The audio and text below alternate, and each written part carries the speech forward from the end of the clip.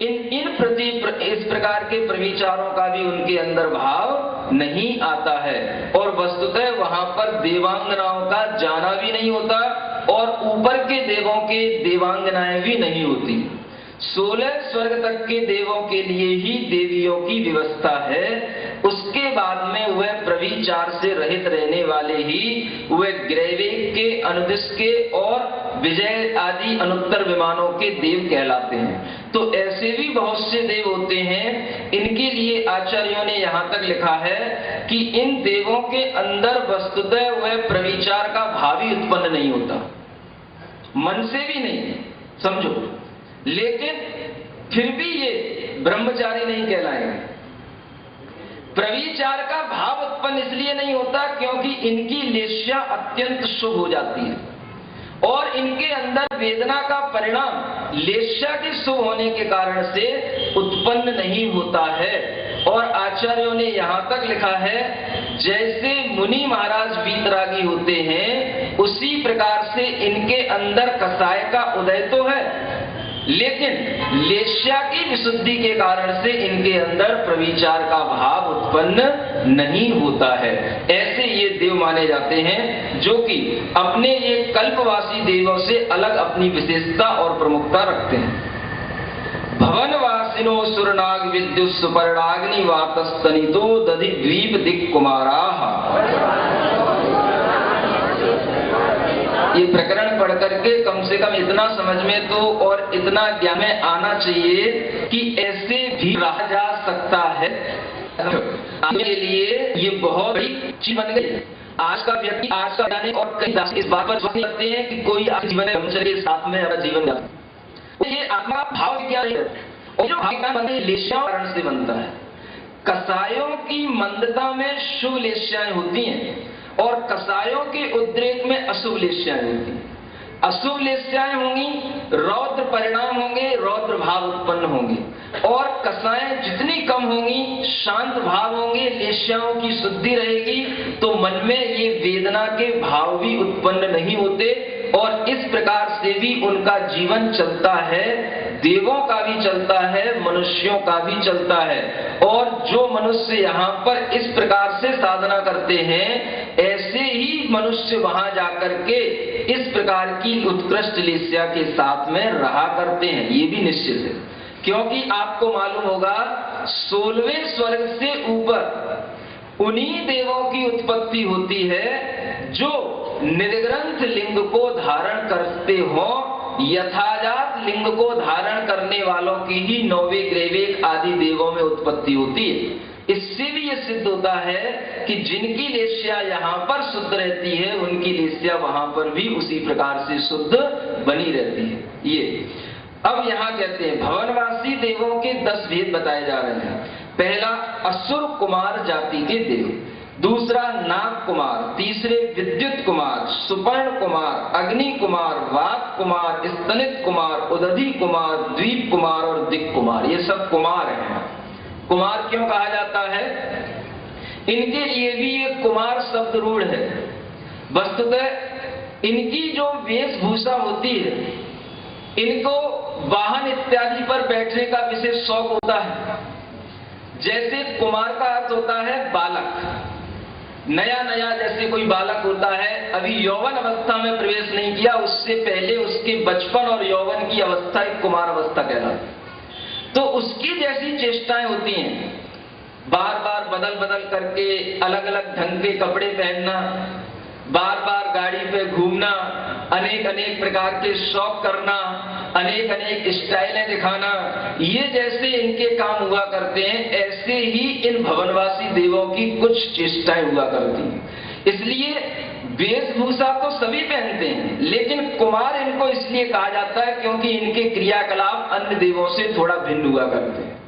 सभी के पास आभूषण होते हैं, वसन होते हैं, सब किसी के पास होते हैं, लेकिन जैसे आप लोग भी कपड़े पहनते हैं और आपके घर के लड़के भी पहनते हैं, दोनों के भाव में अंतर होता है। ऐसे ही भवनवासी देवों के साथ ही होता है कि इन्हीं को कुमार कहा गया है, क्योंकि ये इस प्रकार की चेष्टाएं किया करते हैं। ये इन देवों के भेद बताए। कल आपको बताया था कि इस पृथ्वी के नीचे जो रत्न प्रभा पृथ्वी है, इस पृथ्वी के 3 भाग किए थे कल, एक खर भाग, एक पंख भाग और एक अब्बौल भाग। तो ये भवनवासी देव वस्तुतः अपने भवनों में रहते हैं, इसलिए इनका नाम है भवनवासी। और भवन इनके कहाँ बने हुए हैं? तो आचार्य कहते हैं कि उस रत्न प्रभा पृथ्वी का जो पहला भाग है खर भाग, उस खर भाग में इनके भवन बने हुए हैं। उस खर भाग में और कुछ भवन इनके पंख भाग में भी बने हुए। पंख भाग में रहेंगे केवल असुर कुमार जाति के देव, और बाकी के जितने भी ये देव हैं वो सब खर भाग में रहा करते हैं, है ना। इसलिए तो नहीं कि खर के नीचे पंख भाग है और उसके नीचे नरक अब्बौल भाग है। असुर कुमार जाति के देवों को नरक में जाना पड़ता है, तो वहां जाने में थोड़ा सा समय कम लगता हो और वह निकट भी रहता हो नरक के, इसलिए केवल असुर कुमार जाति के देव वो पंख भाग में रहते, बाकी के सब जी 9 प्रकार के खर भाग में रहते। व्यंतरा किन्नर किम पुरुष महुरक गंधर्व यक्ष राक्षस भूत पिशाचाः।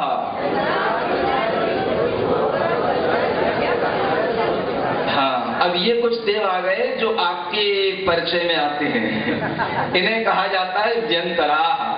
यत्र तत्र विचरन्ति इति व्यंतराः। इनके लिए निवास स्थान तो बने रहते हैं, ऐसा नहीं है कि इनके निवास स्थान नहीं होते हैं। इनके भी निवास स्थान उसी खर भाग में बने हुए हैं। और व्यंतरों के केवल उन व्यंतरों में भी केवल जो राक्षस जाति के देव होते हैं वो केवल पंख भाग में रहते हैं, बाकी के ये 8 में से 7 प्रकार के ये देव ये सब खर भाग में रहते हैं। अब वहां पर इनके बहुत सुंदर सुंदर आवास बने हैं, लेकिन इनका मन नहीं मानता। ये इनके आवास वहां तो बने हुए हैं, इसके अलावा पूरे इस तिर्यक लोक में जहां कहीं पर भी समुद्र है, नदी है, वृक्ष हैं, गुफाएं हैं, वहां पर भी इनका रहना होता है। कहीं पर भी ये देव रह सकते हैं। इसलिए जब भी कभी किसी के पीछे कोई पड़ जाता है, कोई बाधा उत्पन्न हो जाती है, तो वह कोई और नहीं, ये व्यंतर जाति के ही देव हुआ करते हैं। और इन्हें कौतुक सूझता है, इन्हें परेशान करने में आनंद आता है, और इन्हें आपके साथ में अनेक प्रकार के व्यवहार करने में भी आनंद आता है। तो ये कैसे होते हैं? किन्नर जाति के एक व्यंतर होते हैं, किमपुरुष जाति के भी होते हैं, महोरग जाति के होते हैं, गंधर्व भी इनकी एक जाति है, यक्ष जाति के होते हैं, और कुछ राक्षस और कुछ भूत और कुछ पिशाच, ये भी व्यंतर जाति के देवों के भेद हैं। यानी भूत हैं, पिशाच हैं, ये वस्तुतः क्या हैं? ये व्यंतर जाति के देव हैं। देव होने के कारण इनका मूल स्वरूप वास्तविक रूप तो सुंदर होता है, लेकिन आपको जो दिखाते हैं वो डरावना दिखाते हैं, वो ये अपनी व्यक्रिया से दिखाते हैं। क्या समझे? आपको इनका सुंदर रूप देखने में नहीं आएगा, मूल में सुंदर रहते हैं, ये सब कुछ अच्छे होते हैं, समचतुर संस्थान, अच्छा सुंदर आकार होता है और सब दिव्य शरीर होता है, लेकिन आपके परिचय में जब भी आएंगे तो आपको डर उत्पन्न कराएंगे। ये इनका एक आनंद होता है।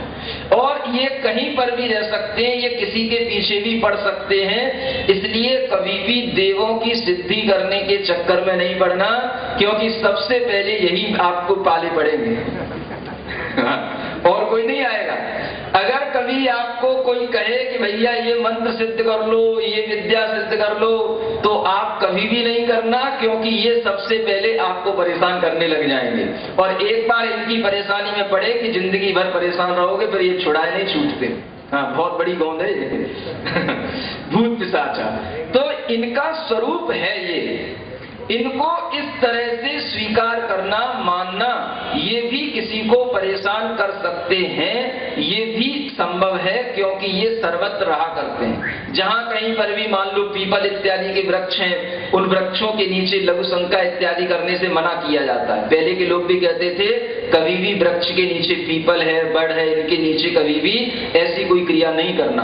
तो उसका भी कारण ये है कि ये वहां पर रह रहे हैं, क्रीड़ा कर रहे हैं, अपनी मौज मस्ती कर रहे हैं, और वहां पर जाकर के आप इस प्रकार से क्रिया करोगे तो उन्हें गुस्सा आता है, और गुस्सा आएगा तो फिर क्या करेंगे? तुम तो घर पे चले आओगे, लेकिन घर पे आते ही तुम्हें लगेगा कि हमारे पीछे भी कोई चला आया है। तो ये वही चीज है।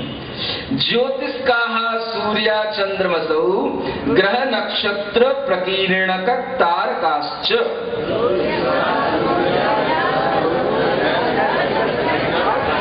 अब ये ज्योतिष विमानों की बात हम शुरू करते हैं। ये हो गई भवनवासी यंत्र। ज्योतिष का मतलब होता है जो हमें ऊपर आकाश में ज्योतिर्मंडल दिखाई देता है, वे वस्तुतः सभी ज्योतिषी देवों के विमान होते हैं। सूर्य, चंद्रमा, ग्रह, नक्षत्र और प्रकीर्णक तारे, ये सभी क्या हैं? ये सभी ज्योतिष देवों के विमान हैं। क्या ही समझ में? जो आपको यहाँ से अनेक तारे दिखाई देते हैं वो ज्योतिषी देवों के विमान हैं और उनके अंदर वे ज्योतिषी देव अपने बहुत बड़े परिवार के साथ में रहा करते हैं। इन सभी देवों में भी चंद्रमा इंद्र माना जाता है और सूर्य, ग्रह, नक्षत्र, तारे ये सब उसके परिवार के सदस्य माने जाते हैं।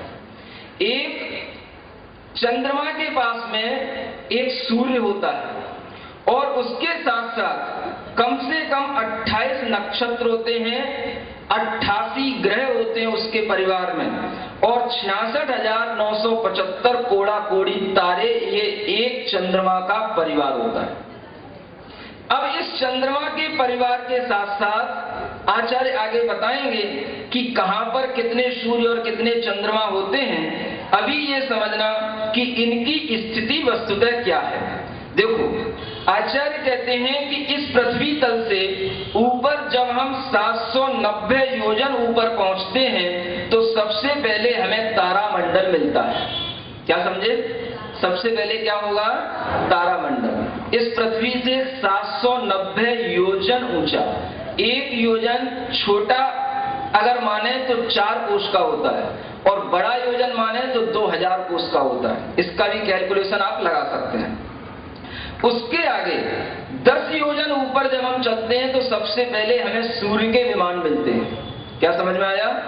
पृथ्वी से सूर्य का विमान पहले बढ़ता है, नजदीक है। उसके बाद में 80 योजन हम ऊपर और चलेंगे तो हमें चंद्रमा के विमान मिलेंगे। चंद्रमा उससे भी दूर है। फिर उसके बाद में 4 योजन हम चलते हैं तो हमें नक्षत्र मिलते हैं, वो नक्षत्रों के विमान। फिर उसके ऊपर भी 4 योजन जब हम चलेंगे तो हमें बुध ग्रह के विमान मिलेंगे। फिर उसके ऊपर 3 योजन और चलेंगे तो हमें शुक्र ग्रह के विमान मिलेंगे। फिर उसके ऊपर 3 योजन और चलेंगे तो हमें बृहस्पति के विमान मिलेंगे। फिर उसके ऊपर 3 योजन और चलेंगे तो हमें मंगल के विमान मिलेंगे और फिर उसके ऊपर 3 योजन चलेंगे तो हमें शनि विमान मिलेगा। शनि विमान, चर माने चलने वाला, इसलिए उसका नाम है शनिचर, है ना? वो कोई बुरा नाम नहीं है, ये शनि जाति के देव हैं। अब ये इतनी ऊंचाई पर जब आप पहुंच जाएंगे तो ये लगभग आप पहुंच जाएंगे 110 योजन की वह पट्टी मानी जाती। 790 से शुरू किया, 110 योजन तक हम आपको और ले गए। ऐसे 900 योजन तक यहाँ पर वह ज्योतिर्लोकों का रहना होता है। 790 से लेकर के 110 योजन ऊपर और चलेंगे तो वह 900 योजन तक का वह एक ज्योतिर्लोकों के रहने का क्षेत्र है, ज्योतिषी विमानों के रहने का क्षेत्र है। अब आप समझ सकते हैं कि इतने ऊपर वह शनि विमान में रहने वाले देवों का प्रभाव तुम्हारे ऊपर कैसे पड़ सकता है। क्या समझ में है? और ये देव कोई ऐसा नहीं कि वो आपके लिए हमेशा ये सोचते बैठे हो कि हमें आपको परेशान करना है। किसी के लिए इस प्रकार से जो शनि ग्रह चल रहे हैं, शनिचर देव चल रहे हैं, ये सब उनके लिए हैं जिनके मन में अपने स्वयं की परेशानियां हैं और स्वयं वह अपनी परेशानियों से निपट नहीं पाते हैं, तो ये अनेक प्रकार के उनको गणित बताए जाते हैं। इन गणितों की असलियत क्या है वो आपको बाद में कभी बताएंगे, लेकिन अभी इतना जानो कि ये वस्तुतः ग्रह इस तरह से एक के ऊपर एक, एक के ऊपर एक जो आपको बताए हैं ऐसे व्यवस्थित हैं। और जो आपके लिए बताया जाता है कि हम चंद्रमा के विमान पर पहुंच गए, हम मंगल के ग्रह पर पहुंच गए, आप विचार कर सकते हैं कि इस तरह से इतनी ऊंचाई पर वस्तु स्थिति से पहुंचना असंभव है। क्या समझे? चंद्रमा के बारे में जो कहा जाता है कि हम चंद्रमा पर पहुंचे हैं, तो आचार्य कहते हैं अगर हम इस चंद्रमा की दूरी को नापें, 790 तो ये हो गया, 10 योजन का सूर्य हो गया, फिर उसके ऊपर 80 योजन हो गया चंद्रमा। कितना हो गया? 880 योजन हो गया। इस 880 योजन में 2000 का गुणा करो तो वह कोस बन जाएगा। क्या समझे? और फिर उसमें आपको मील बनाना हो तो उसमें 2 का गुणा और कर दो। ये लगभग अगर आप कैलकुलेशन निकालेंगे तो लगभग ये 45 लाख मील निकलेगा। कितना? 35 लाख मील, 45 नहीं 35, यानी 35 लाख मील की दूरी पर यहां से चंद्रमा स्थित है। समझ में आया? आज के वैज्ञानिक अपने लिए अभी तक चंद्रमा कितनी दूर है ऐसी फिक्स डिस्टेंस अभी तक नहीं संभाल पाए, बता नहीं पाए। कभी कभी पहले वैज्ञानिक अमेरिका और जो रूस के थे वो कहा करते थे कि ये 5 लाख किलोमीटर है दूरी चंद्रमा की इस धरती से। फिर उन्होंने कहा 13 लाख किलोमीटर है, फिर उन्होंने कहा कि वह 21 लाख किलोमीटर है। ऐसा उनके लिए वह दूरी भी बदलती रही। कभी जर्मनी और फ्रांस के वैज्ञानिकों के बारे में भी सुना गया, तो उन्होंने भी पहले उसको 3 लाख, फिर 7 लाख, फिर वह 21 और 22 लाख मील तक भी वह पहुंचे। यानी कि जो डिस्टेंस यहाँ जैन दर्शन के अनुसार 35 लाख मील की बताई गई है, वे वैज्ञानिकों ने अधिकतम 21 और 22 लाख मील तक की एक अनुमानित की है। लेकिन वर्तमान में जिस चंद्रमा पर पहुंचने की अमेरिका की वह जो नासा कंपनी है, वह जो इंस्टीट्यूट है, वह जो इस प्रकार से घोषणा करती है, उसके अनुसार जो हमें फिजिक्स में पढ़ाया जाता है वह मात्र 3.5 लाख मील की वह यात्रा है, या 3.5 लाख किलोमीटर कह लो, उसको मील में बदलोगे तो वह और थोड़ा सा कम ही हो जाएगा, क्योंकि 1 मील में लगभग 1.6 किलोमीटर हो जाता है। तो वह उसकी जो अगर हम मील में दूरी नापते हैं तो वह लगभग 2.5 लाख मील की वह दूरी निकलती है। आप विचार कर सकते हैं, जिस रडार को यहां से पहुंचाया गया, उस रडार को केवल वहां पहुंचने में 2.5 सेकंड लगा, और विज्ञान के अनुसार वह 3 लाख किलोमीटर पर सेकंड प्रकाश की वह दर मानी जाती है, जिसके अनुसार वह प्रकाश की किरण चलती है। अगर 3 में 2.5 का भी गुणा कर देते हैं तो भी वह 7.5 से ज्यादा नहीं होता है। आप विचार कर सकते हैं कि जिस दूरी को यहाँ पर 35 लाख मील बताया जा रहा है, वह विज्ञान के अनुसार मात्र अधिक से अधिक 7.5, और जो पढ़ाई जाती है उसके अनुसार तो मात्र 2.5 लाख मील में ही वह शांत हो जाती है। अब आप विचार करें कि क्या वह उस चंद्रमा पर पहुंचे हैं जिस चंद्रमा की यहाँ पर स्थिति बताई जा रही है। आपके मन में आएगा, लेकिन महाराज बताया तो जाता है कि सब चंद्रमा पर पहुंचे हैं। ऐसे भी वैज्ञानिक हैं जो इस बात को सिद्ध करते हैं कि वस्तुतः यह जो वहां पर शूटिंग की गई है कि जो नील आर्मस्ट्रांग नाम का व्यक्ति था, अपोलो यान के माध्यम से 60 मील तक चंद्रमा पर चला, ये खुलासा किया गया है कि यह एक स्टूडियो की शूटिंग है। और ये खुलासा आज भी आ गया है। इससे पहले भी रूस के वैज्ञानिकों ने ये खुलासा किया, और वहां पर एक बिल कैसिंग नाम का व्यक्ति था, उस वैज्ञानिक था, उसने एक पुस्तक ही लिखी है, we never went to the moon. उस पुस्तक पर बैन लगा दिया गया। ये समझ में आता है कि ये सिर्फ अमेरिका की एक वीटो पावर है, जो अपने आगे रूस, फ्रांस, जर्मनी के किन्हीं वैज्ञानिकों को आगे नहीं आने देता, और जो नासा कंपनी के वैज्ञानिक कहते हैं बस उसी को विश्व में मान्यता दी जाती है, बाकी के किसी को और कोई मान्यता अभी तक नहीं मिल पा रही है। इस चंद्रमा पर पहुंचने पर भी अनेक प्रश्न उठाए गए, और आज तक उन नासा कंपनी में काम करने वाले वैज्ञानिकों ने उन प्रश्नों के कोई उत्तर नहीं दिए। वहां पर बताया जाता है कि वहां पर कोई वायुमंडल नहीं है, लेकिन सबने देखा होगा वह नील आर्मस्ट्रांग वहां पर झंडा फहरा रहा है और वह झंडा हवा में हिल रहा है। जब वायुमंडल नहीं है तो झंडा हवा में कैसे हिल सकता है? उन लोगों से पूछा गया वहां पर टेम्परेचर कितना है, तो उन्होंने कहा कि 140 से 160 डिग्री का टेम्परेचर वहां पर रहता है। आप विचार करें कि इतने टेम्परेचर पर यदि वहां पर कोई फोटो ली जाएगी तो वह फोटो की रील उसी समय पर पिघल जाएगी। वहां पर फोटो आप ले नहीं सकते हो, फोटो रील ही पिघल जाएगी वहां। ऐसे बहुत सारे क्वेश्चन हैं जो आज भी उन वैज्ञानिकों के सामने हैं, लेकिन उनका कोई उत्तर नहीं है। और अगर आप गहराई से सर्च करेंगे तो आप ये प्राप्त कर लेंगे कि ऐसे भी एविडेंस मिलने लगे हैं कि ये सब एक शूटिंग थी जो स्टूडियो में की गई है और इसके माध्यम से लोगों को सिर्फ भरमाया गया है।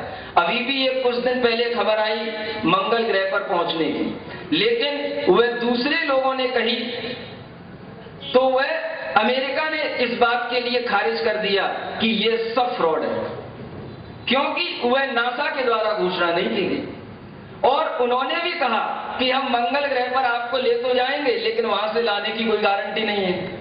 जमीन खरीदने के लिए पैसा लगा रहे। ऐसी दुनिया में बेवकूफी चल रही है कि जहां पर कोई पहुंच नहीं सकता और अगर कोई पहुंचते हैं तो वह हो सकता है कोई ऐसे बड़े बड़े पर्वत हों जहां पर पहुंचने के बाद में इस प्रकार से उन्हें कोई जमीन दिखाई दी हो, कुछ वहां की आबो हवा अलग दिखाई दी हो, टेम्परेचर वहां का अलग हो और उसे हमने वह मंगल या शनि या चंद्रमा कहकर के घोषित कर दिया और वह पूरी दुनिया इसी प्रकार से मान करके चल रही है। आचार्य कहते हैं कि कभी भी इन चंद्रमाओं के पास में भी नहीं पहुंचा जा सकता और वह पहुंचने वाले यदि कोई होते हैं तो वह केवल देव लोग ही हुआ करते हैं और इन चंद्रमा के अंदर उन विमानों के अंदर वह देव लोग रहा करते हैं। अपने को यह भी समझना है कि आज वर्तमान का विज्ञान जितनी ये घोषणा करता है कि हमने दुनिया खोज ली है, उसकी वह घोषणा भी अभी अधूरी है। कहा जाता है कि आज के विज्ञान ने पूरी पृथ्वी का चक्कर लगा लिया है, ये भी एक भ्रम है उन लोगों के लिए जो ढंग से पढ़ना या पढ़ाना नहीं जानते, जो डीप स्टडी करना नहीं जानते। आज के वैज्ञानिकों से भी पूछो कि जो गेंद आप दिखाते हैं विश्व के लिए कि हमने इस विश्व का पूरी परिक्रमा कर ली, उस परिक्रमा में उन्होंने पूरब से पश्चिम और पश्चिम से पूर्व की परिक्रमा तो की है, लेकिन आज तक दक्षिणी ध्रुव से उत्तरी ध्रुव और उत्तरी ध्रुव से दक्षिणी ध्रुव की पूरी परिक्रमा नहीं हो पाई। जो कहा जाता है कि वैज्ञानिक एक सिरे से चलना प्रारंभ किए और दूसरे सिरे पर पुनः चलते चलते उसी सिरे पर आ गए, इसलिए धरती गोल है, तो ये केवल पूरब और पश्चिम के साथ सिद्ध हुआ है। उत्तर दक्षिण में यात्रा करना प्रारंभ हुई गए, लेकिन हजारों किलोमीटर चलने के बाद और जितनी वह धरती की दूरी की कल्पना की जाती उतनी सब नापने के बाद भी वह पुनः उसी पॉइंट पर नहीं आ पाए जिस पॉइंट से उन्होंने चलना प्रारंभ किया था। इसलिए दक्षिणी ध्रुव से उत्तरी ध्रुव की आज भी पूरी की पूरी परिक्रमा नहीं हुई। ये बात बहुत कम लोगों को ज्ञात है, लेकिन फिर भी हमें बताया जाता है बच्चों से लेकर के ऊपर की क्लासों तक कि वह पूरी की पूरी पृथ्वी की खोज हो गई है, जो कि अभी यह खोज अधूरी है और इस खोज को करने के लिए अभी और बहुत प्रयास करने पड़ेंगे। आगे, मेरु प्रदक्षिणा नित्य गतयो नृलोके। यह मेरु की प्रदक्षिणा करते हुए ये जो देव होते हैं ज्योतिषी देव हमेशा नित्य गति माने हमेशा गतिमान रहते हैं, कभी भी इनकी गति रुकती नहीं है, निरंतर गतिमान। ये सूर्य चंद्रमा के विमान निरंतर गतिमान है। ये क्यों है? आज का विज्ञान इस बात का उत्तर नहीं दे सकता। दूरी बता सकता है, पहुंचने की बातें करता है, लेकिन ये क्यों घूम रहे हैं, इसके पीछे क्या कारण है? तो ये कारण आचार्य कहते हैं कि वहां पर रहने वाले जो देव होते हैं उन देवों के कर्म इसी रूप से फलते हैं कि वह निरंतर भ्रमण ही करते रहते हैं और वह परिक्रमा नित्य गति वाले ये जो मेरु के आसपास रहने वाले देव हैं या ढाई द्वीप के अंदर के देव हैं, ये हमेशा गतिमान ही होते हैं, ऐसा यहाँ पर बताया गया। और प्रदक्षिणा करने का अर्थ भी होता है अपने दक्षिण से वह यात्रा करते हुए गोल गोल वह परिक्रमा लगाना, दक्षिण भाग को आगे करके वह परिक्रमा लगाने का अर्थ होता है प्रदक्षिणा देना। तत्कृत है काल विभाग, काल का विभाग इन्हीं के द्वारा बताया जाता है और किया जाता है। क्या समझे? अब काल का विभाजन कहीं से भी होगा तो यहीं से चलेगा। देवों में भी यदि हम दिन नापेंगे यहीं से नापेंगे। इसी प्रकार के सूर्य और चंद्रमा के परिक्रमाओं के माध्यम से ये काल का विभाजन चलता है, दिन रात का विभाजन चलता है। इसलिए चाहे भोग भूमि की आयु नापी जाए, वहां पे दिन नापे जाए, चाहे देवों में नापे जाए, सब कुछ ये काल का विभाजन इसी ढंग से चलता है। इस सूत्र को याद रखना। तत्कृत काल विभाग बहिरवस्थिता, उससे बाहर जो देव होते हैं, यानी कि नृलोक जो शब्द आया था, नृलोक का मतलब मनुष्य लोक, और मनुष्य लोक का अर्थ जो कल आपको बताया था 2.5 फीट, वे मनुष्य लोक कहलाता है। तो इस मनुष्य लोक के बाहर भी देव होते हैं, ज्योतिषी देव, लेकिन वे अवस्थित रहते हैं, वो गतिमान नहीं होते, वो निरंतर हमेशा वहां पर अवस्थित रहने वाले ही होते हैं। वैमानिका, ये ज्योतिषी देवों का प्रकरण समाप्त हुआ। अब वैमानिक देवों का प्रकरण शुरू होता है। वैमानिक का अर्थ होता है जो विशेष विमानों में उत्पन्न होते हो और उन विशेष विमानों में उन्हें विशेष रिद्धियां और विशेष मान सम्मान मिलता हो, इसलिए ये विशेष मान के धनी वैमानिक देव कहलाते हैं। कल्पोपपन्नाः कल्पातीताश्च, ये वैमानिक देव 2 प्रकार के होते हैं। एक तो कल्प में उत्पन्न होने वाले, जो 16 स्वर्ग तक के कल्पों की व्यवस्था बताई वो, और उसके ऊपर कल्पातीत, जहां पर कि कोई भी प्रकार से इंद्र सामान्य की ये व्यवस्थाएं नहीं होंगी। कल्पातीतों में सब अपने अपने अहमिंद्र होते हैं, सब इंद्र ही होते हैं, इसलिए वहां पर अहमिंद्र कहे जाते हैं। क्या समझ में आया? कल्पातीत विमानों में रहने वाले देव कौन कहलाते हैं? अहमिंद्र। और बाकी के नीचे के जो देव होंगे कल्पोपपन्न, उनमें ये इंद्र सामानिक आदि 10 प्रकार की व्यवस्था होती है। अब इस वैमानिक देवों के स्वर्गों के और उन कल्पों के नाम बताए जाते हैं। सौधर्म ईशान सानत कुमार, माहेंद्र ब्रह्म ब्रह्मोत्तर लांतव कापिष्ठ, शुक्र महाशुक्र सतार सहस्रारेश्वानत प्राणतयोर आरणाच्युतयोर नवसुग्रैवेकेषु विजय वैजयंत जयंता पराजितेषु सर्वार्थ सिद्धौच।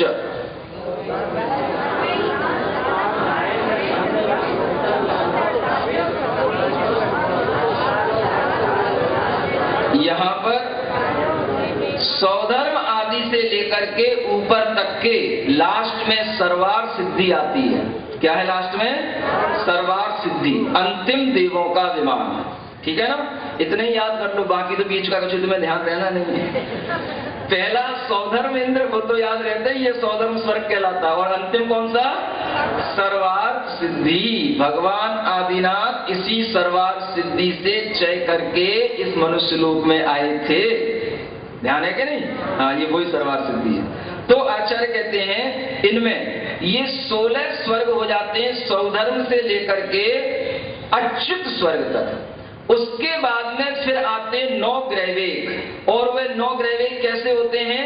ऐसे 3 अधोग्रहवेग कहलाते हैं, फिर 3 मध्यम ग्रहवेग और 3 अपर ग्रहवेग, ऊर्ध्व ग्रहवेग, ऐसे 9 ग्रहवेग विमानों की रचना। फिर उसके बाद में 9 अनुदिश, वो ऊपर नहीं होते, वो अनुदिश एक दिशा में ही होंगे राउंड में। और फिर उसके ऊपर जयंत आदि, जो अपराजित आदि, ये जो विमान वाले देव कहलाते हैं, जिन्हें कि हम अनुत्तर विमानवासी देव कहते हैं, वो वहां पर होते हैं। और उनमें बीचों बीच में सर्वार सिद्धि विमान का स्थान है, वहां पर सर्वार सिद्धि नाम के वह देव रहा करते हैं। तो जिस विमान में जो देव रहते हैं, वह वस्तुतः देवों के नाम से उस विमान का नाम पड़ा, क्योंकि उनकी सभा उसी नाम से चलेगी। सौधर्म जहां पर इंद्र के रूप में होगा, वह सौधर्म इंद्र की सभा वाला, वह सौधर्म स्वर्ग कहलाएगा। इसी तरीके से अन्यत्र भी जानना। स्थिति प्रभाव सुख तिथिलेश्या विशुद्धीन्द्रियावधि विषय तो अधिका।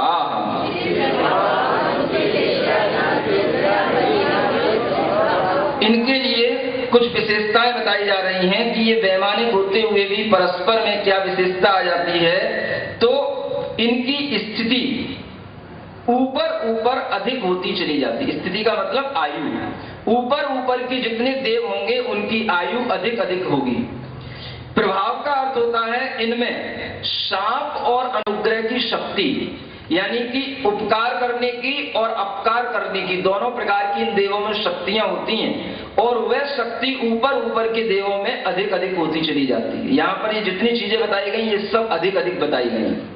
सुख, ऊपर ऊपर के देवों में जो इंद्रिय के विषयों का सुख है वह भी बढ़ता हुआ चला जाता है, और जो देव इन इंद्रियों के विषयों से, क्या समझ में आया, उस प्रविचार से रहित हैं, तो आप समझ सकते हैं कि उनका सुख निचले वाले देवों से और अधिक होता है, कम नहीं होता है। ये आपकी उल्टी बुद्धि है जो ये सोचते हैं कि जिनको इस प्रकार के सुख नहीं है उन्हें कोई सुख नहीं है। वस्तुतः सुख उसी को कहते हैं जिनके अंदर ऐसी कोई वेदना नहीं है, और जो अपना वेदना का प्रतिकार करने में लगे हैं वो तो वस्तुतः जो रोग उत्पन्न हुआ है उसकी दवा खा रहे हैं। जिनको कोई रोग नहीं है वो वस्तुतः सुखी कहलाते हैं, ये ध्यान रखना।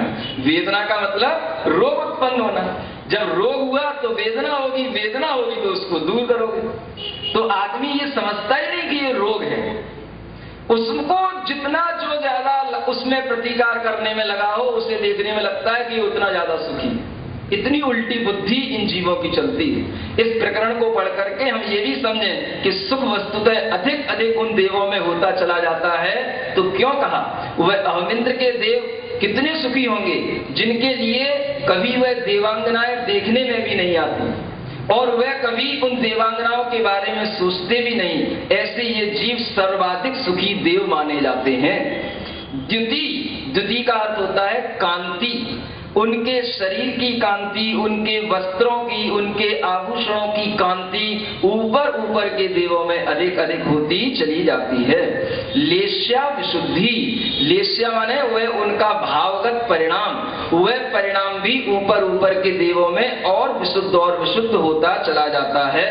और इंद्रिय अवधि विषय, तो एक इंद्रिय के विषय और अवधि ज्ञान का विषय, यह भी ऊपर ऊपर के देवों में अधिक अधिक होते चले जाते हैं। इंद्रिय के विषयों में भी ये समझ सकते हैं कि जो इंद्रियां उन्हें मिली हैं उन इंद्रियों के विषय का अर्थ होता है उन इंद्रियों से प्राप्त होने वाले विषयों का जो ज्ञान है वो ऊपर ऊपर के देवों को अधिक अधिक दूरी के विषयों का ज्ञान होगा। और अवधि ज्ञान के माध्यम से भी वो ऊपर ऊपर के देव नीचे अधिकतम दूरी तक देख सकते हैं। ये उनके लिए अधिक अधिक चीजें होती हैं। गति शरीर परिग्रहाभिमान तो हीना। अब ऊपर के सूत्र में तो अधिक वाली चीजें बताई, अब कम कम क्या होता है ये भी बताते हैं। देखो, गति, गति का अर्थ होता है गमनागमन, आना जाना। ये नीचे के देव खूब करते हैं। व्यंतर खूब इधर उधर दौड़ेंगे, भवनवासी ज्योतिषी भी दौड़ेंगे, सौदर मैसान आदि भी देखा जाए तो ऊपर वाले देवों की अपेक्षा से नीचे खूब भ्रमण करेंगे। लेकिन जितने जितने ऊपर ऊपर के देव होते जाते हैं वो अपने ही विमानों तक सीमित होते चले जाते हैं। और जो कल्पातीत देव होते हैं वो तो अपने विमान से बाहर ही नहीं आते हैं। भगवान के जन्म आदि कल्याणक भी होंगे तो भी वो वहीं से रह करके उन भगवान के लिए नमस्कार कर लेंगे, इधर नहीं आते हो, क्योंकि उनके लिए ये गति का परिणाम कम हो जाता है। मतलब क्या हुआ, जो आदमी जितना भ्रमण कम करता है वह उतना ही सुखी माना जाता है। हम साधुओं को छोड़ करके बताया जा रहा है नहीं समझ में आया, आपके लिए बताया जा रहा है। आज का आदमी, आज सुबह देखा जाए दिल्ली में ब्रेकफास्ट हो रहा है, मद्रास में लंच हो रहा है, फिर जाकर के देखा तो फिर कलकत्ता में पहुंच करके जाकर के देखा तो डिनर हो रहा है, बड़ा सुखी मानते हैं। ये देखा जाए तो ये वस्तुतः क्या है, ये संक्लिष्ट परिणामों का भाव है। सुखी व्यक्ति अपने विमान में सुख से रहता है। समझ में आ गई बात? जितने ज्यादा घूमोगे, भ्रमण करोगे तो उतने ही ज्यादा अपने अंदर क्लेश प्राप्त करोगे। शरीर, इनका शरीर ऊपर ऊपर ऊंचाई की अपेक्षा से कम कम होता चला जाता है। क्या सुना? देवों की ये विशेषता है। सौधर्म और एहसान के जो देव होते हैं उनका शरीर होता है 7 अरत्नी प्रमाण। अरत्नी जानते हैं, एक विशेष संज्ञा है ये। हाथ अलग चीज है, अरत्नी अलग चीज है। ये तो कहलाया हाथ, क्या समझे, ये क्या कहलाया हाथ, और ये कहलाई रत्नी, जो बंद मुट्ठी हो गई ये कहलाई रत्नी, और एक कनिष्ठा ये निकाल दी ये कहलाई अरत्नी। ये एक अरत्नी प्रमाण ये ऊंचाई कहलाएगी। क्या समझ में आया, ये हाथ, ये रत्नी और ये अरत्नी। तो आचार्य कहते हैं 7 अरत्नी प्रमाण ये सौधर्म और एहसान देवों की ऊंचाई होती है। सानत कुमार महेंद्र देवों के शरीर की ऊंचाई है 6 अरत्नी। फिर ब्रह्म ब्रह्मोत्तर लांतव कापिष्ट में चले जाओ तो 5, फिर शुक्र महाशुक्र सतार सहस्रार में चले जाओ तो 4, आनत प्राणत में चले जाओ तो 3.5, आरण अच्युत में चले जाओ तो 3। ऐसा फिर ये आधा आधा कम होता जाता है। फिर अधो ग्रैविक में 2.5, मध्य ग्रैविक में 2, उपरिम ग्रैविक में वह 1.5 और अनुत्तरों में जाकर के वह केवल 1 हाथ प्रमाण रह जाता है। क्या ही समझ में, क्या हो गया, हाथ की नाप वो एक प्रमाण अंगुल के माध्यम से मानी जाती है। हाथ की नाप जो एक किसको बोलते हैं स्पेशल है ना, या एक विशिष्ट माप होती है जो कि सर्वत्र मान्य होती है, उसी को यहाँ पर 1 हाथ के रूप में माना जाता है। उसके बारे में आपको बता देंगे बाद में।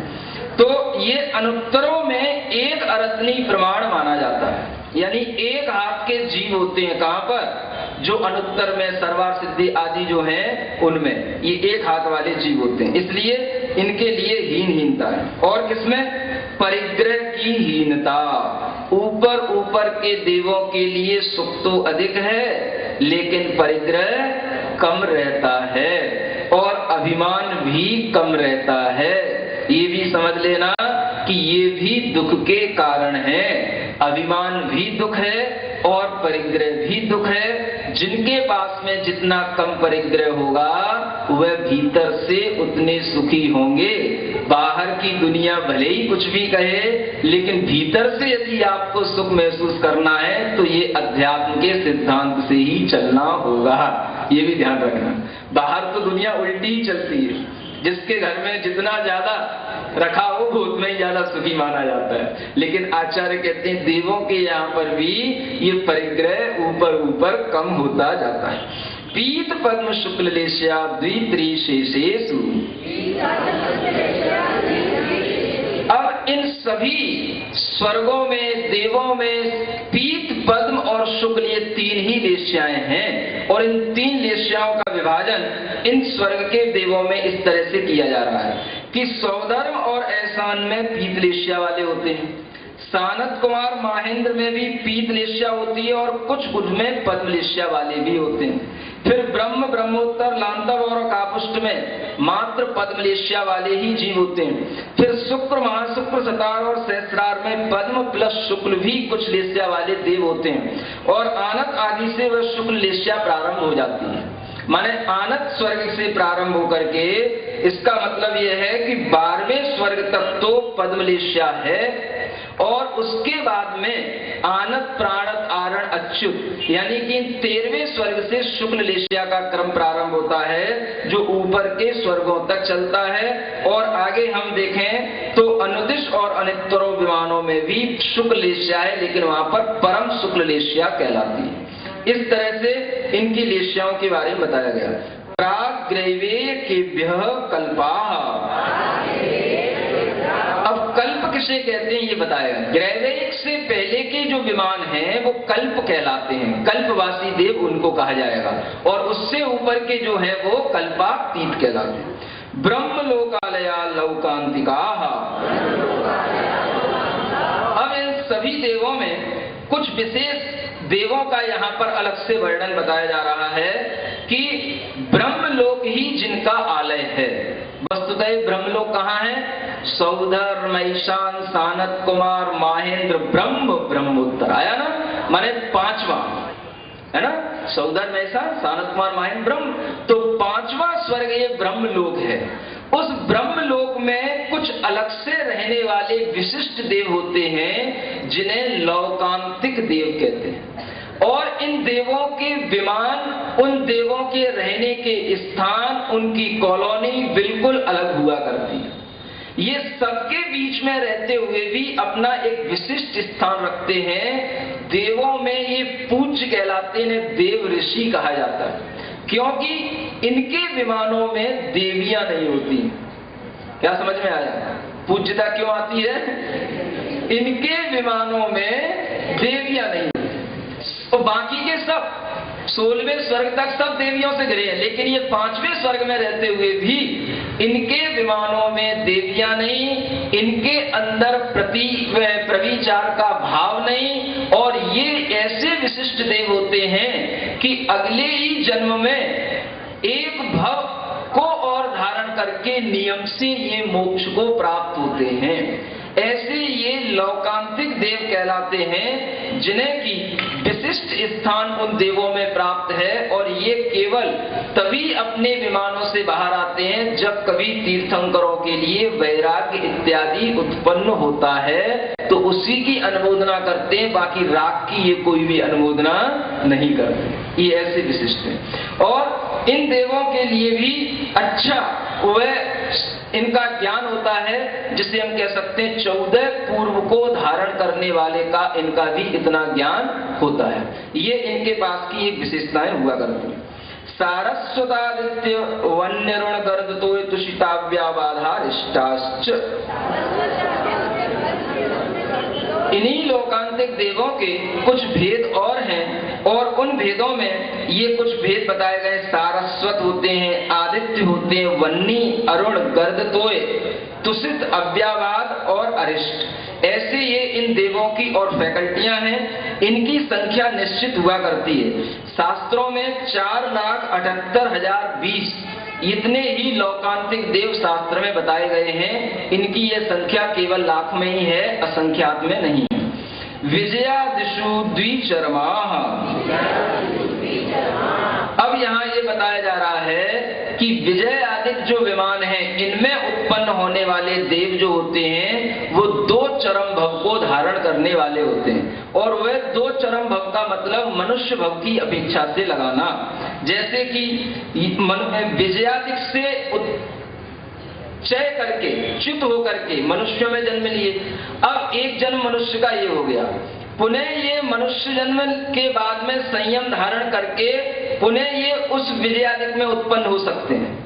और पुनः जब मनुष्य बनेंगे तो नियम से मोक्ष को प्राप्त होंगे। ऐसे 2 भव ही इनके लिए अधिकतम कहे जाते हैं, जो विजयादिक विमानों में उत्पन्न होते हैं। औपपादिक मनुष्येभ्य शेषास्त्रियक योनयः। देखो, ये आचार्यों के सूत्र लिखने का एक बहुत बड़ा ढंग होता है कि हमें कोई भी चीज को समझाना है तो उसके लिए अधिक शब्दों का प्रयोग ना करना पड़े और उसको समझने में सरलता भी आए। यहाँ देवों का प्रकरण चल रहा था और त्रियंचों की बात ला करके रख दी। क्यों रख दी? क्योंकि आपको पहले बता चुके हैं, कल बताया था ना, प्राण मानसोत्तरान मनुष्य। मनुष्य कहाँ रहते हैं? मनुष्य लोक में रहते हैं। 2.5 द्वीप से पहले तक रहते, 2.5 द्वीप के अंदर रहते हैं। और औपपादिक जो देव और जो नारकी, ये सब औपात जन्म वाले हैं। इनके बारे में भी आपको बता चुके हैं। अब बचे कौन?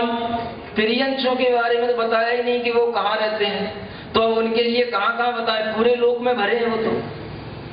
जलचर, थलचर, नभचर, ये तो पंचेंद्रिय के भेद हैं। वस्तुतः एक इंद्रिय आदि जो त्रियंच गति के सूक्ष्म निगोद आदि जीव, ये तो पूरे लोक में भरे। तो इनके लिए क्या बताएं? तो उसके लिए आचार्य यहाँ पर सूत्र बना करके कहते हैं कि जो हम पहले बता चुके हैं, औपपादिक जन्म वाले और मनुष्य, इनके बारे में। अब इनके अलावा जो बचा वो सब शेषास्त्रियक योनय, वे सब त्रियंच योनि वाले जीव हैं।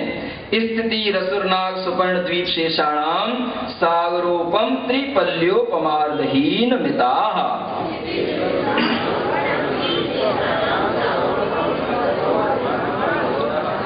अब यहाँ पर देवों की आयु के बारे में बताया जा रहा है।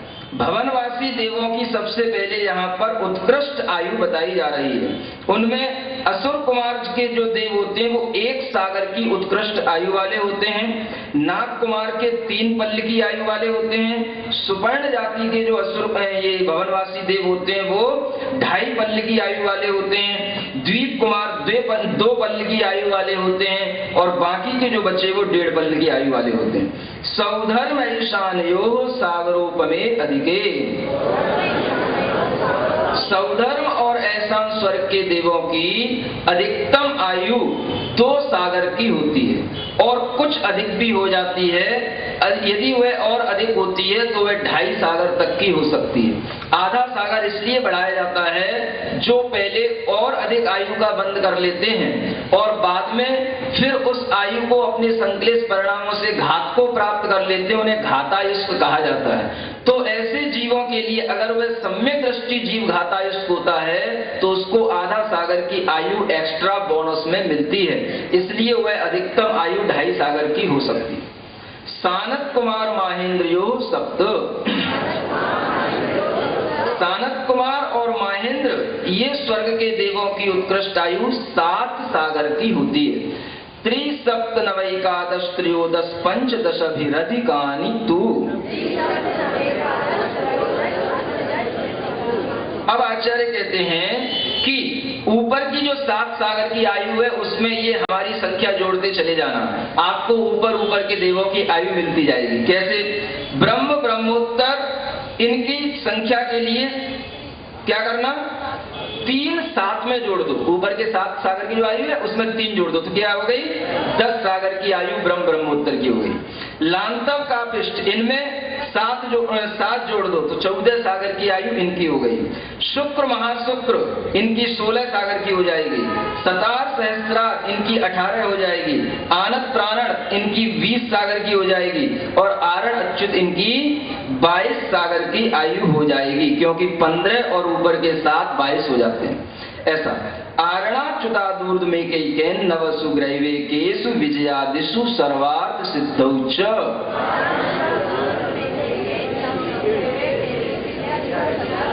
अब 22 सागर की आयु ये हो गई कहां तक, 16वें स्वर्ग तक। अब इसके ऊपर आए 9 ग्रैवेक, तो उनमें एक ग्रैवेक में एक सागर की आयु बढ़ाते चले जाओ तो 22 और 9 अंतिम ग्रैवेक की कितनी हो गई, 31 सागर की आयु हो जाएगी। उसके बाद में जो अनुदिश विमानों में उत्पन्न होने वाले होते हैं उनकी अधिकतम आयु 32 सागर की और जो विजय आदि जो 5 विमान हैं उनमें अधिकतम आयु 33 सागर की होती है।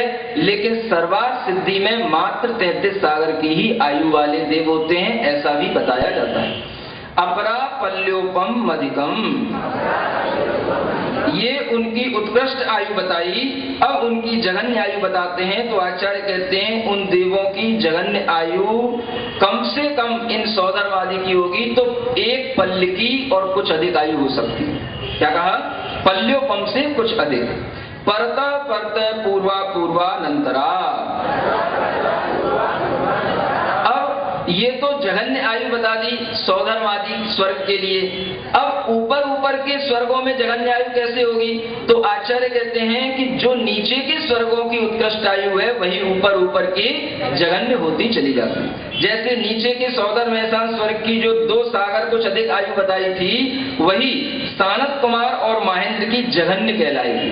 और जो सानत कुमार महेंद्र की जघन्य आयु थी 7 सागर की, वह ऊपर ब्रह्म ब्रह्मोत्तर में वह जघन्य हो जाएगी। वो जो उत्कृष्ट थी वो वहां ऊपर जघन्य हो जाएगी। नारकाणाम च द्वितीयादिषु। देखो आचार्य महाराज कितने कम शब्दों में सूत्र लिखने की योजना बनाते हैं। यहाँ पर नारकियों का प्रकरण ला करके क्यों रख दिया, क्योंकि कल नारकियों की जघन्य आयु के बारे में नहीं बताया था और वहां पर भी लिखते यहाँ पर भी लिखते तो 2 बार लिखना पड़ता। व्यर्थ में सूत्र में एक अक्षर भी नहीं होता तो एक लाइन व्यर्थ की कैसे हो सकती।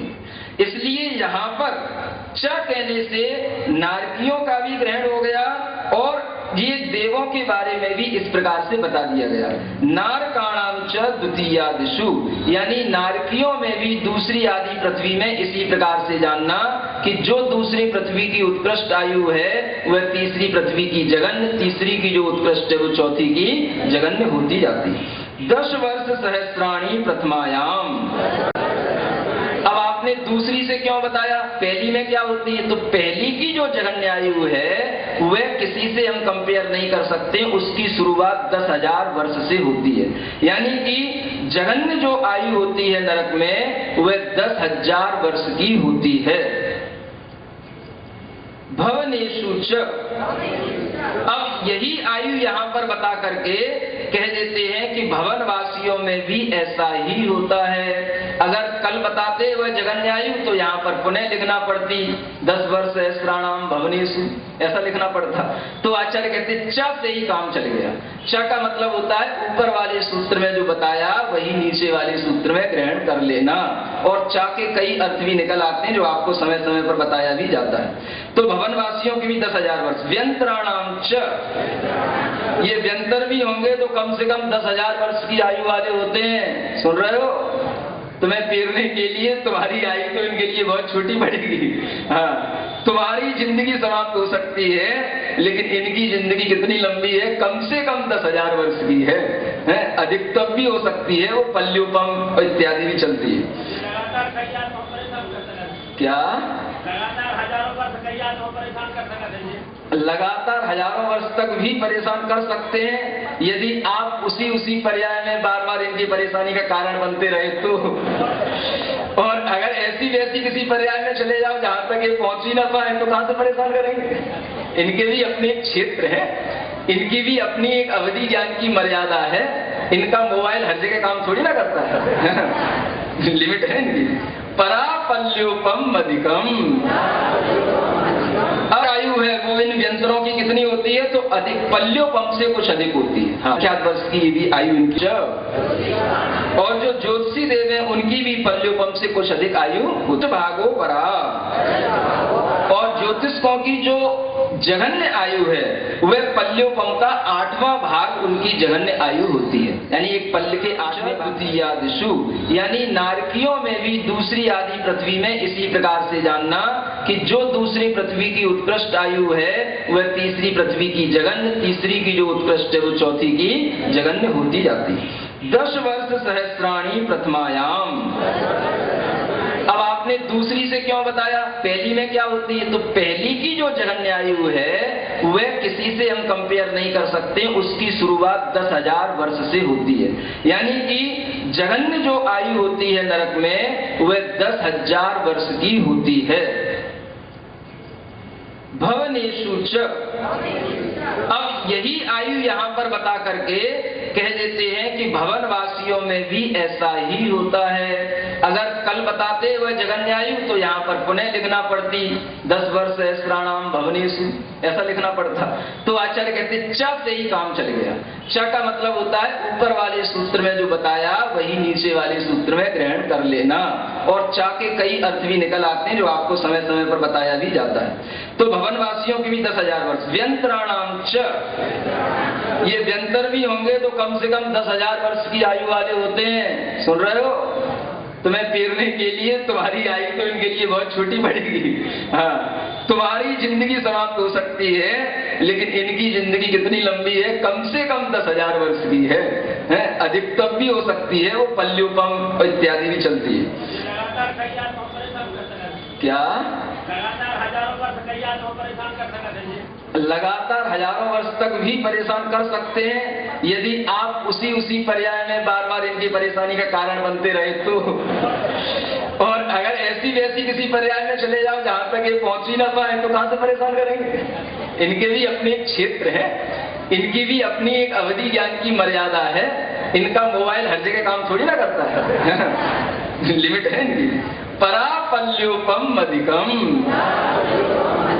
अब जो उत्कृष्ट आयु है वो इन व्यंतरों की कितनी होती है? तो अधिक, पल्योपम से कुछ अधिक होती है। हाँ, कुछ अधिक पल्योपम, संख्यात वर्ष की भी आयु इनकी हो सकती है। ज्योतिष काणाम च, और जो ज्योतिषी देव हैं उनकी भी भी पल्योपम से कुछ अधिक आयु होती है। तदष्ट भागो परा, और ज्योतिष्कों की जो जघन्य आयु है वह पल्योपम का 8वां भाग उनकी जघन्य आयु होती है। यानी एक पल्य के 8वें भाग करेंगे तो वह जघन्य आयु आ जाएगी। लौकांतिका नाम अष्टौ सागरोपमाणि सर्वेशाम।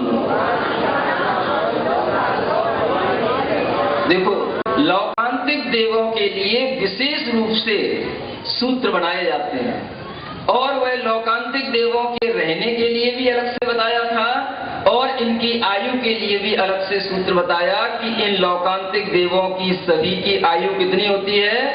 8 सागर की होती है।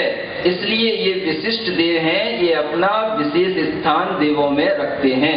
इस तरह से आपको चौथे अध्याय के माध्यम से ऊर्ध्व लोक का भी वर्णन बताया गया और मध्य लोक का भी बताया गया। एक विशेष बात ये जानना कि जो आपको ज्योतिर्लोक के बारे में बताया गया ये ऊर्ध्व लोक नहीं कहलाता है, ये मध्य लोक में आता है। क्या समझे? क्योंकि मध्य लोक की जो ऊंचाई है वो 1 लाख योजन की है।